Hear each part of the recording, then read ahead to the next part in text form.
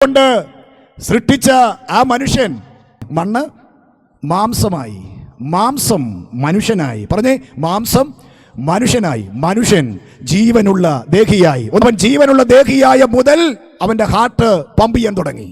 2 പമ്പാണ് നമുക്ക് ഹാർട്ടിനുള്ളത്. അതിനായി സ്തോത്രം ചെയ്യുക. അപ്പോൾ മണ്ണ് മാംസമായി, മാംസം മനുഷ്യനായി, മനുഷ്യൻ ജീവനുള്ള ദേഹിയായി. അപ്പോൾ മുതൽ അവൻ്റെ ഹാർട്ട് ചലിക്കാൻ തുടങ്ങി. ആ ഹാർട്ട് ചലിച്ചപ്പോൾ മുതൽ ആദമിൻ്റെ ശരീരത്തിനകത്ത് 1.5 ഗ്യാലൻ ബ്ലഡ് ഒഴുകാൻ തുടങ്ങി. 5.5 ലിറ്റർ, 6 ലിറ്റർ, 7 ലിറ്റർ വരെ അവൻ്റെ ശരീരത്തിലൂടെ ബ്ലഡ് ഒഴുകാൻ തുടങ്ങി. ആ ബ്ലഡ് വളരെ പ്യുവറായിരുന്നു. എത്ര പേർ മനസ്സിലാവുന്നുണ്ട്? ആ ബ്ലഡിൻ്റെ അകത്ത് ഒരു മലിനമില്ലായിരുന്നു.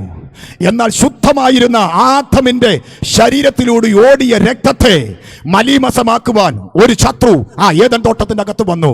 അതോടുകൂടി ആദമിൻ്റെ രക്തം എന്തായി മാറി? അശുദ്ധമായി മാറി. നിങ്ങൾക്കറിയാമോ, അമേരിക്കയുടെ സ്ഥാപകൻ എന്ന അപരനാമത്തിൽ അറിയപ്പെടുന്ന അമേരിക്കയുടെ 1ാമത്തെ പ്രസിഡന്റ് ആരാണ്? George Washington. ജോർജ് വാഷിങ്ടൺ ഈ മാന്യദേഹം കഴിവുള്ള മനുഷ്യനാണ്. അദ്ദേഹത്തിന് ഒരിക്കലൊരു രോഗം വന്നു. എന്താണ് അദ്ദേഹത്തിന് വന്ന രോഗം?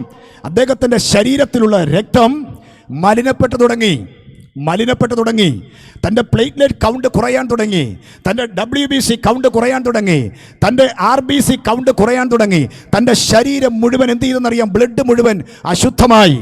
അമേരിക്കയുടെ സ്ഥാപകനാണ്, 1ാമത്തെ അമേരിക്കയുടെ പ്രസിഡന്റാണ്. ലോകത്തുള്ള വൈദ്യന്മാർ അന്നത്തെ സാഹചര്യം അനുസരിച്ച് ഈ മനുഷ്യനെ ചികിത്സിക്കാൻ വേണ്ടി വന്നു. അന്ന് ബ്ലഡ് ട്രാൻസ്ഫ്യൂഷൻ ഒന്നും നിലവിലില്ലാത്ത ഒരു കാലഘട്ടമാണ്.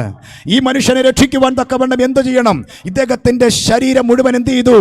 മലീമസമായി പോയി. നിങ്ങൾക്ക് അദ്ദേഹത്തിൻ്റെ ബയോഗ്രഫി വായിക്കുമ്പോൾ അറിയാം. എന്തെല്ലാം ചെയ്തിട്ടും അദ്ദേഹത്തിൻ്റെ രോഗത്തിന് എന്ത് വരുന്നില്ല? ശമനം വരുന്നില്ല. അവസാനം അന്നത്തെ വൈദ്യന്മാർ തീരുമാനിച്ചു, ജോർജ് വാഷിങ്ടണിന്റെ ശരീരത്തിലുള്ള മുഴുവൻ രക്തം എന്ത് ചെയ്യാം? ശരീരത്തിൽ നിന്ന് പുറത്തെടുത്ത് നമുക്ക് ശുദ്ധീകരിച്ച് അകത്ത് കയറ്റാം.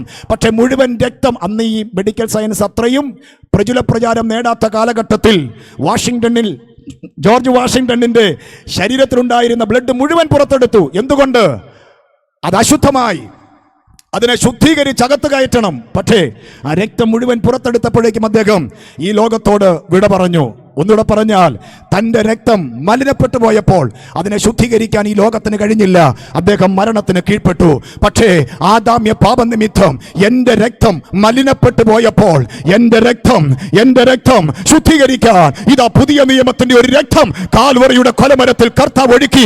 ആ രക്തത്താൽ ശുദ്ധീകരിക്കപ്പെട്ടവർക്കായി ഇന്ന് പകൽ ഞാൻ ദൈവത്തിന് സ്തോത്രം ചെയ്യുകയാണ്. കരമുയർത്തി ഹല്ലേലൂയ പാടാം.